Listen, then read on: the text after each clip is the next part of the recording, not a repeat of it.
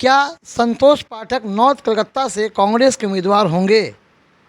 ये चर्चा आज नॉर्थ कलकत्ता के मुख्तलिफ इलाकों में गूंज रहा था।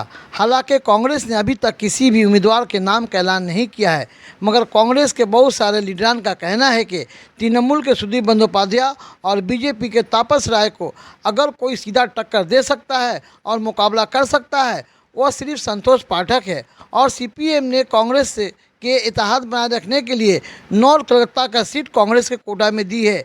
एक कांग्रेसी लीडर का कहना है कि संतोष पाठक वाहिद शख्स हैं जो सुदीप बंदोपाध्याय और बीजेपी के तापस राय को सीधा टक्कर दे सकते हैं। आज हम बात करेंगे कांग्रेस के सीनियर लीडर जकरिया खान से। कल लेफ्ट फ्रंट और सीपीएम और सीपीआई और फॉरवर्ड ब्लॉक आरएसपी वगैरह ने मगरबी बंगाल के 42 लोकसभा हलके के लिए 16 लोगों का नाम का ऐलान किया, जिसमें फॉरवर्ड ब्लॉक, सीपीआई और आरएसपी के एक और बकिया 13 सीपीएम की, यानी कुल मिलाकर लेफ्ट फ्रंट ने 16 कैंडिडेट का नाम का ऐलान किया, जिसमें साउथ कलकत्ता यानी जनूबी कलकत्ता भी शामिल रहा, जहां नसरुद्दीन शाह की भतीजी और मगरबी बंगाल असेंबली में स्पीकर रहे हाशिम अब्दुल हलीम की बहू सायरा शाह हलीम को सीपीएम ने जनूबी कलकत्ता यानी साउथ कलकत्ता से कैंडिडेट बनाया। मगर नॉर्थ कलकत्ता अभी बाकी है और वह कांग्रेस के कोटे में गई है गालिबन।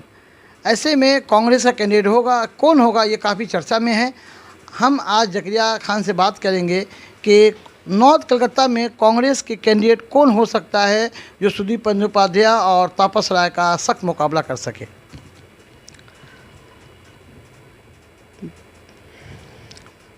हमको उम्मीद है नॉर्थ कलकत्ता में सबसे अच्छा कैंडिडेट अगर हो सकता है जो सुदीप बंदोपाध्याय को, तापसदा को सख्त मुकाबला दे सकता हो, वो संतोष पाठक को छोड़ के और कोई नहीं है।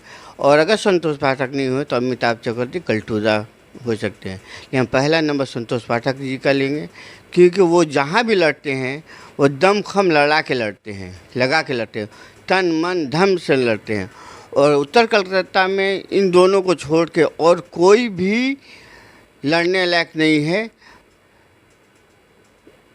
इसलिए हम चाहेंगे कि सबसे पहला नाम संतोष पाठक जी का है उत्तर कलकत्ता में लोकसभा के इलेक्शन में, उसके बाद कलटूजा का है। और संतोष पाठक जी पैसा भी लगाते हैं, लड़ते भी हैं। और संतोष पाठक जी सिर्फ नॉर्थ कलकत्ता में नहीं, वो समझिए तो पूरे बंगाल के एक तरीक़े से वो नेता हैं। उनको पूरे बंगाल में जाना जाता है कि वो हर जगह सोशल काम करते रहते हैं अपने पैसे से, अब लोग बहुत खर्चा करते हैं और हर जगह अपने गरीबों को, मजदूरों को मदद करते हैं, उनके लिए हमेशा खड़ा रहते हैं। इसलिए संतोष पाठक से अच्छा कैंडिडेट और कोई नहीं हो सकता उत्तर कलकत्ता में। अच्छा, उत्तर कलकत्ता यानी शुमाली कलकत्ता में कई लोग हैं, जैसे मुस्लिम वोट भी अच्छा खासा है, बंगाली वोट भी है, बिहारी वोट, हिंदी भाषी वोट भी है और उड़िया भी वोट भी है, जैसे बड़ा बाजार के एरिया में। तो ऐसे में संतोष पाठक कहाँ तक फिट होंगे? संतोष पाठक का उड़िया में भी पकड़ है, मुसलमानों में भी पकड़ है, हिंदुस्तानी में भी पकड़ है, बिहारी में भी पकड़ है, बंगाली में भी पकड़ है, हर कास्ट में उनका पकड़ है और सबको एक नज़रिया से देखते हैं। वो असली समझिए तो सेकुलर आदमी है और उनको सब पसंद करता है, और जो भी उनके जगह पे जाता है अपनी मदद के लिए या किसी काम के लिए, उसके लिए वो तैयार हो जाते हैं। अभी हाल ही में ये नोट बदलने का जो यहाँ पे बदलने का तो झमेला हुआ था, टीएमसी के कुछ लोगों ने गरीब औरतों के ऊपर अस्तूरा चला दिया था, उनके हक के लिए संतोष पाठक लड़ा। लड़कों जो इसने टीएमसी के जिस बच्चे ने या जिस लोगों ने उसको अस्तूरा मारा था, उसका पैसा छीन लिया था, रिजर्व बैंक में जो चेंज कराने के लिए होता था, उसमें कौन आया सामने? संतोष पाठक खड़े हुए। और कौन आया? कांग्रेस का कोई था जो उनके साथ में खड़ा हुआ? वो अकेले लड़े। तो मजलूमों की वो लड़ाई लड़ते हैं। इसलिए उत्तर कलकत्ता क्या, उनको पूरा कलकत्ता, पूरा बंगाल जानता है, और उत्तर कलकत्ता तो उनके लिए सबसे बेस्ट है। और दूसरा नाम आप जो बता रहे थे, कलटूदा भी है। कलटूदा भी हर जगह रहते हैं, हर सोशल वर्क में रहते हैं, हर जगह काम करते हैं। अब वो उड़िया लिए था, अगर बंगाली में देखा जाए तो कलटूदा का भी बंगाली में भी पकड़ है, उड़िया में भी पकड़ है। हिंदुस्तानी लोग, हम भी उनको अपना गुरु ऐसा मानते, बड़े हैं, सीनियर हैं। संतोष भाई भी हमारे बड़े भाई हैं, सीनियर हैं। कलटूदा का भी बंगाली में भी पकड़ है, मुसलमानों में भी पकड़ है, हिंदुस्तानी में भी पकड़ है। अब बंगाली वोट है तो बंगला वोट भी मिलेगा, बंगाली वोट भी मिलेगा। तो इन दोनों को छोड़ कर और कोई नहीं है। यानी आपके ये ख्याल है कि अगर सुधीर बंदोपाध्याय और तापस राय, उम्मीद की जाती है कि तापस राय को बीजेपी ने टिकट देगी, तो सुधीर बंदोपाध्याय और तापस राय से अगर सख्त मुकाबला करनी है तो संतोष पाठक या काल्टूदा यानी अमिताभ चटर्जी को टिकट दिया जाए। अच्छा, इंडिया गठबंधन जो बनी है, आपका ताल्लुक तो बिहार यूपी से है।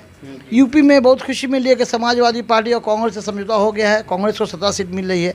या यूपी में आप जो वोट के बारे में बताइए।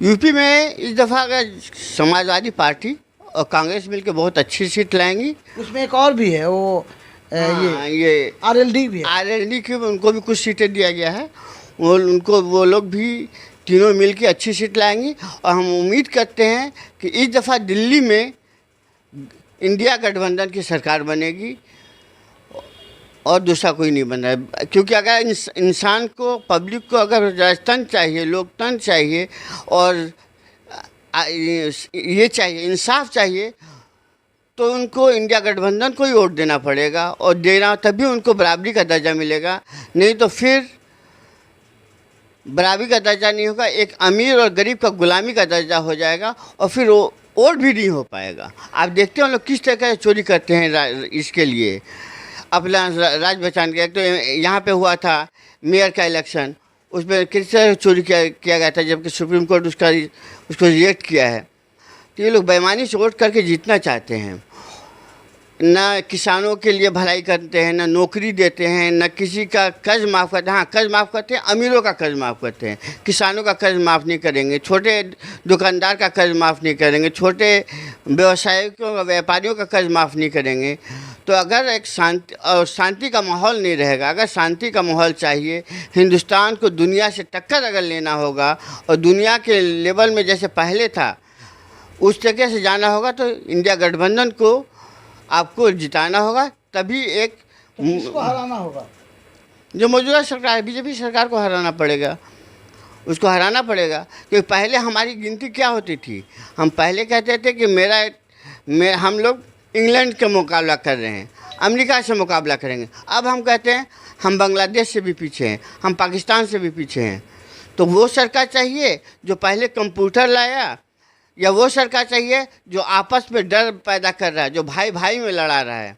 हम तो पहले एक शेर, जलते घर को देखने वालों फूस का छप्पर आपका है, जलते घर को देखने वालों फूस का छप्पर आपका है, आग के पीछे तेज हवा है, बाकी मुकद्दर आपका है, उसके कत्ल पे हम भी चुप थे, मेरा नंबर अब आया, मेरे कत्ल पे वो भी चुप है, उनका नंबर अब उनके कत्ल पे मैं भी चुप था, मेरा नंबर अब आया, मेरे कत्ल पे आप भी चुप हैं, अगला नंबर आपका है। तो बीजेपी इसी तरह एक दूसरे से लड़ाते हुए, आपस में लड़ाते हुए, फुट डालते हुए हिंदुस्तान को कितने कर्जों में डुबा दिया है कि उधर किसी का ध्यान नहीं जा रहा है। सीए के बारे में बताइए, सीए के खिलाफ है कि आप सीए के फेवर में हैं?